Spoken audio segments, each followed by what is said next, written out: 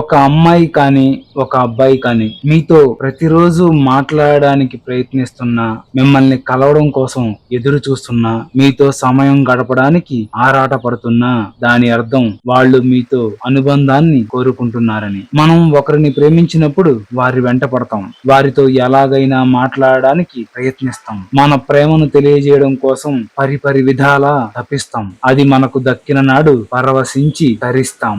మనకు ఇతరుల మీద పుట్టిన ప్రేమ ఎంత పవిత్రమైనదో ఎదుటివారికి మన మీద పుట్టిన ప్రేమ ఇంకా అపురూపమైనది. ప్రేమని పంచడం ఎంత సంతోషాన్నిస్తుందో ప్రేమని పొందడం అంతకన్నా ఆనందాన్నిస్తుంది. మనం ఇష్టపడే వారిని వదులుకున్నా పర్లేదు, కానీ మనల్ని ఇష్టపడే వారిని పొందకపోతే జీవితం వ్యర్థమవుతుంది. అందుకే మనల్ని ఇష్టపడే వారిని వద్దు అనేటప్పుడు ఒకసారి ఆలోచించండి. అదే మీరు కోరుకునే అసలైన ప్రేమ కావచ్చు. నీవు నన్ను ప్రేమిస్తే సగం జగం నాదే, నీవు నన్ను కాదంటే జగమంతా బూడిదే, నిన్ను తప్ప నా కన్ను ఇంకేదీ చూడదే, నీవు నన్ను విరహంతో బాధ పెట్టకూడదే.